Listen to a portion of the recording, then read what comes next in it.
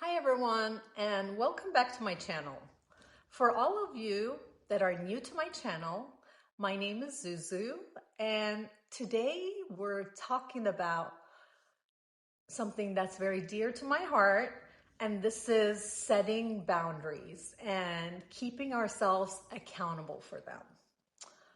Now, I'll show you how to define healthy boundaries and give you examples of what I'm personally no longer available for to help you understand how you can apply this to your own life. All my life, I have been a people pleaser, and setting boundaries has been a difficult thing to do for me. But by not setting boundaries in all aspects of my life, I have learned that this makes my life very difficult to navigate. And it's not fair when I get upset at people who I'm trying to please because they don't know what my boundaries are. So, how can they stop doing the things they do when they don't know what I allow in my life? So, first, let me explain what are boundaries and how they help us. Now, boundaries are guidelines, rules, or limits that we create to identify reasonable, safe, and permissible ways for others to behave towards us and how we will respond when someone passes those limits. They help us manage how much we allow others to influence our thoughts, behaviors, and emotions. They also help us protect our mental and emotional space by letting others know what we're comfortable with. And by setting boundaries, it's an act of self-care. Boundaries are crucial because they protect our energy, time, and well-being. But just by setting them isn't enough. We need to stay firm and accountable to ourselves. So, how can we set them? Let me show you how. First off, understand your limits. Sit down and think about what situations make you feel uncomfortable or drained. Is it staying late at work, or maybe it's lending money too often, or maybe you answer the phone every time that one friend calls you to gossip. So you identify what needs a boundary. And like we have talked about in our previous video, you can get a journal and write your boundaries. Second step is communicating clearly. Now, once you know your limits, you communicate them kindly but firmly. For instance, I can only work until 5 p.m. on weekdays, or I'm not comfortable discussing my personal life at work, or I'm not comfortable discussing about the other person that's not here right now.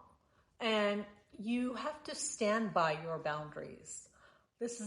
Can be a little bit difficult. So setting boundaries is one thing, but enforcing them is another. If someone crosses your line, gently just remind them of your limits. Like, I'm not able to stay late today, as I mentioned earlier.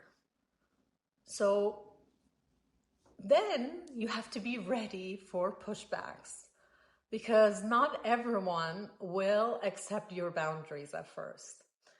Some people may even challenge them.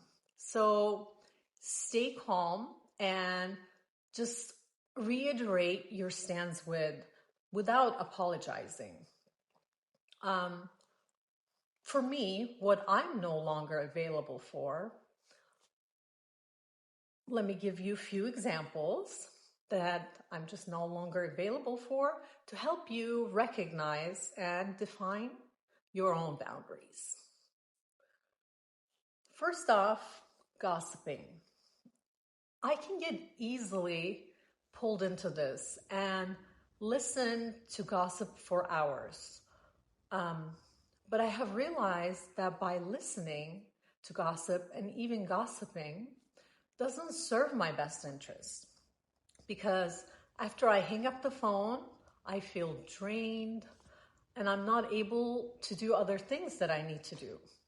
So, in order to stop gossiping, first let the person know that, the person who wants to engage in gossip, no, I prefer not to discuss about people who aren't here to share their side of the story.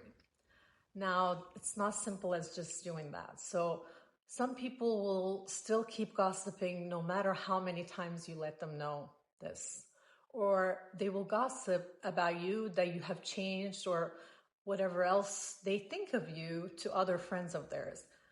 Because think about it, if they are gossiping about other people to you, they are definitely gossiping about you to other people. So that's when it's time to just stop answering their phone calls and let them know that you are too busy. Know that some people will just go find a new friend to continue this habit of theirs. But it doesn't have to be you, or in this case, me.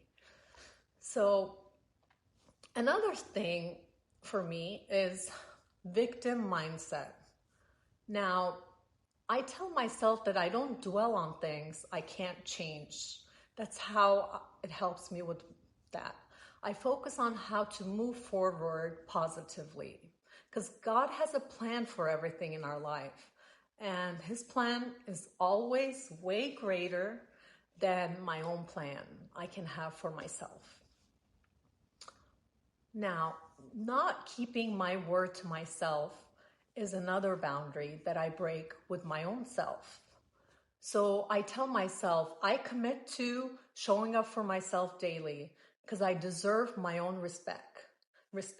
If I don't respect me and keep my word to myself, then all the other people that come into my life will also not respect me. And that's why first I need to respect me and keep my word to myself. And this can be like things like working out.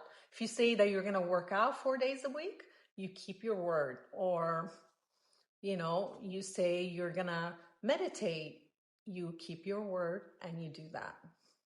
So stay accountable, finally hold yourself accountable.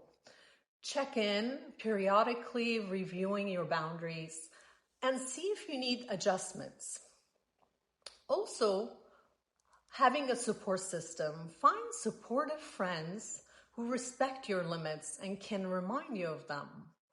I'm so grateful for all of the wonderful friends and family that I have who remind me and keep me accountable.